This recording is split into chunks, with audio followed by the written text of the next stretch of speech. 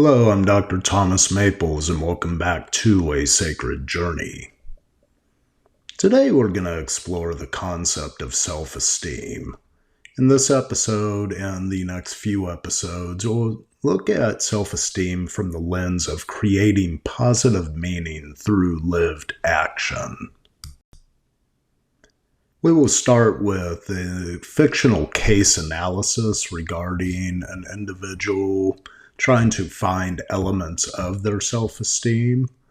We'll explore self-esteem as a construct for understanding behavior, both within the capacity of being a symptom and a dream.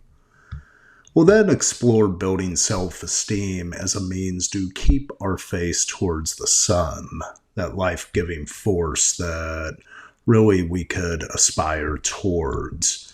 And we'll finally end with a practical self-esteem exercise. Now, this will be done over the series of 2 to 3 podcasts, and I hope you really enjoy this as much as I enjoy producing this work for you.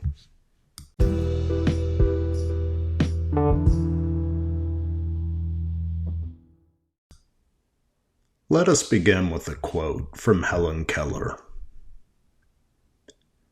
The quote reads, "Keep your face to the sunshine, and you cannot see a shadow." Keep your face to the sunshine, and you cannot see a shadow.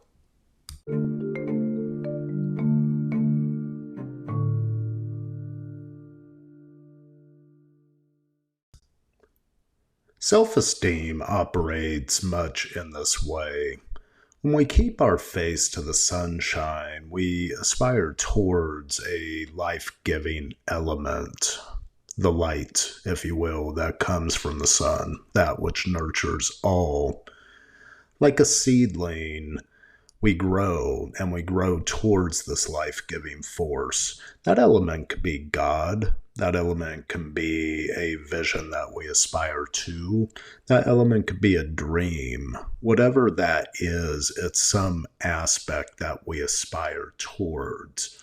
Now, as we aspire towards this life-giving force, we ultimately cast a shadow because we grow in the process of our ability to overcome obstacles that may stand in our way.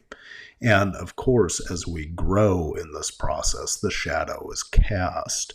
But that shadow also creates the means by which we could enter into its depths, understand what is there, because that material can hold within it past failures, if you will, past elements that we may not have been successful with, that we could begin to churn over and glean the lessons from, thus amplifying the growth even further towards the source. Let's call it a dream, if you will. And as we move in that process, what happens is we ultimately can obtain that which we are working towards, that goal that we're moving to find fruition within. While that represents the process by which we begin to create self-esteem moving forward through the successes that we have obtained overcoming those obstacles, a lot of times we could get stuck in the process of tending to the shadow material or tending to those things, those shadow aspects that may hold us back. A lot of times in psychology, these shadow aspects can be the parts of the personality or the parts of our personal history that may not necessarily be agreeable to the journey that we want to undertake or agreeable to the moments that were past but not necessarily part of our present. So let us look at a fictional case analysis in regards to self-esteem when the life-giving force of the sun may not be fully present.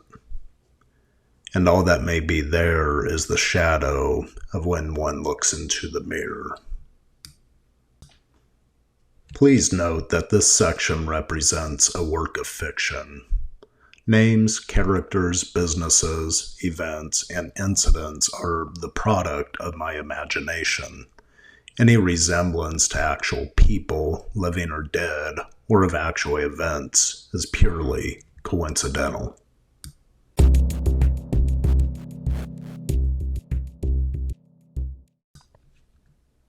Self-Esteem, a fictional case analysis. Every morning, she stared in the mirror, ashamed of what she saw looking back at her. With a resilient spirit and being loved by her friends and boyfriend, her essence breathed popularity itself, yet only if the others knew of her true feelings. Her school loved her teachers adored her, but for what? Did they know? No one knew the loathing behind the pale blue eyes peering back from the mirror into the depths of her soul. Yes, a million flaws were looking back into her being, but what could she do? Where could she go? Who could she talk to? She had never had feelings like this before.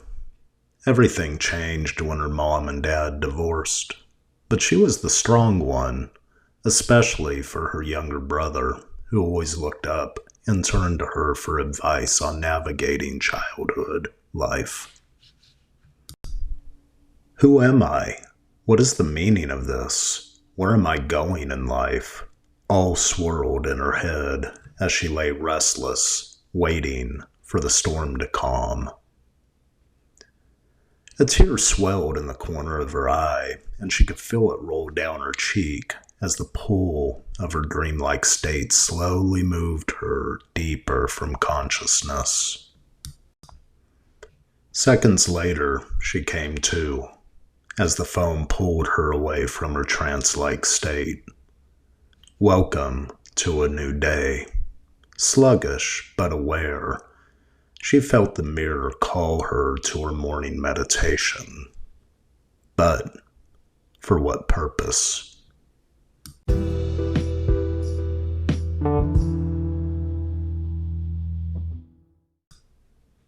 Now, let's examine self-esteem as a process of understanding behavior as being a symptom or a dream. As a graduate student, I loved case studies. As a researcher and teacher, I loved to give them. Case study methodology creates a greater understanding of normal and pathological nuances typical of the maturation journey. Through the case study methodology, we can weed out two competing polarities through the process of critical thought, which will allow us to reach a more significant and mutually congruent truth. Hopefully one that honors both ends of any given phenomenon, even if the story presented above was fictional in nature. Through the case study methodology, we can weed out two competing polarities through the process of critical thought, which will allow us to reach a more significant and mutually congruent truth.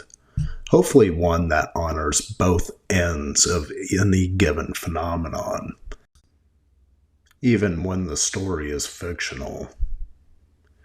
The case study method allows us to practice, analyze, and explore qualities present in a storyline.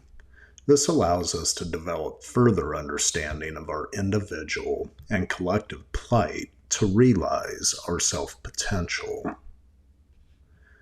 So let us look about what we see presented here. Our case appears to be a teenage girl, a daughter, and an older sister, with one sibling, a brother, who recently underwent the divorce of her parents. She seems to have depression, maybe anxiety, body image issues, acute stress, or an adjustment issue caused by parental divorce? Is her personality intact or fractured? Well, the answer could be all of the above. The simple fact is we don't have enough information to form an opinion, at least diagnostically speaking. However, explicit behaviors consistent with low self-esteem can be a precursor to many diagnostic considerations. In the United States, there's a clear empirical emphasis on psychology to understand symptoms from a medically diagnostic perspective. We do this as a means to ameliorate the psyche from these symptoms' presence.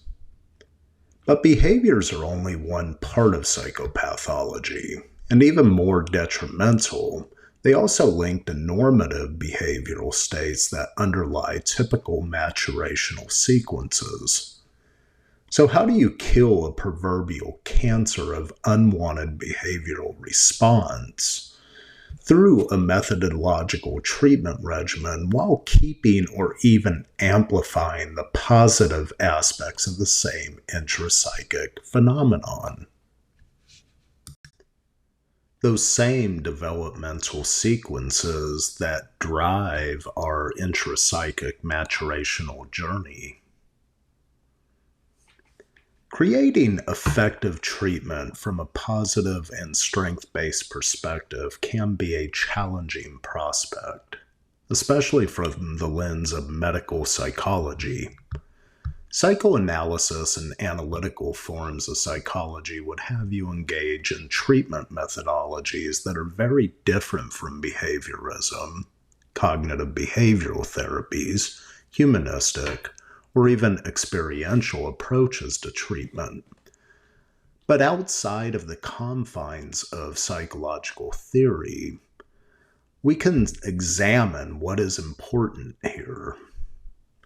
In medicine, there is a critical oath that bears mentioning as it relates to the treatment of any individual undergoing psychological or physiological malaise. The concept of primum non nocere, the oath, the medical oath to first do no harm, is an ethical mandate that is easy to understand as it relates to the treatment of disease, either physical or emotional. However, its practice is not necessarily mainstream, especially in the field of psychology. When the primary focus is on the disease, it is easy to categorize that which is seen from a diagnostic perspective.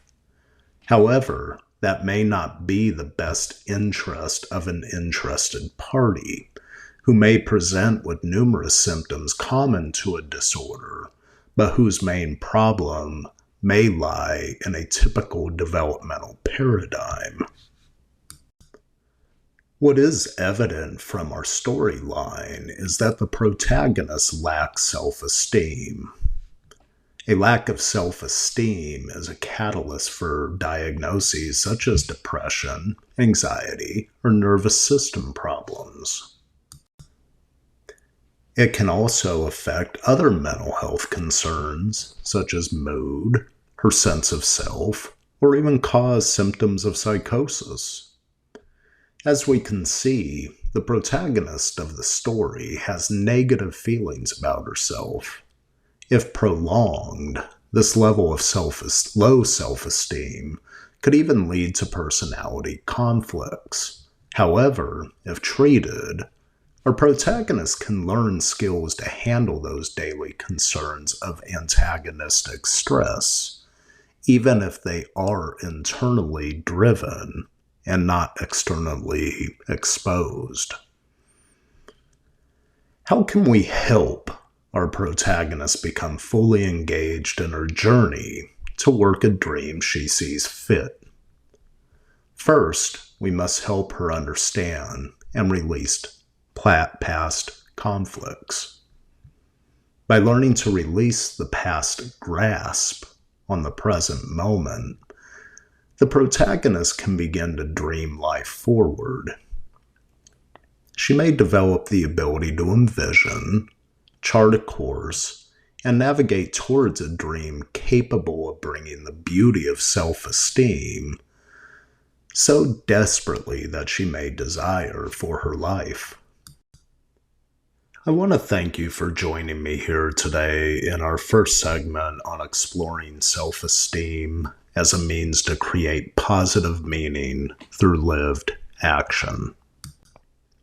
Self-esteem and its counterpart, low self-esteem or low self-worth, can be understood as being a symptom, but it also can be a catalyst by which we can begin to identify and chart a course towards a dream that creates self-esteem in its wake. In our next segment, we're going to explore how we can build a little self-esteem by engaging in an exercise that our quote from Helen Keller would have us move towards, and keeping our face to the sun. Now, in that process, we may cast a shadow, but in that process, we may cast a shadow, but it is by engaging that shadow and overcoming the obstacles present there that we ultimately move towards the sun, or in the case of this podcast topic, how to create a little self-esteem for our new year. As always, my friends, I leave you with a blessing. May self-esteem find you as you envision, chart a course, and advance confidently this year in the direction of your dreams. Goodbye for now, and I look forward to our next meeting.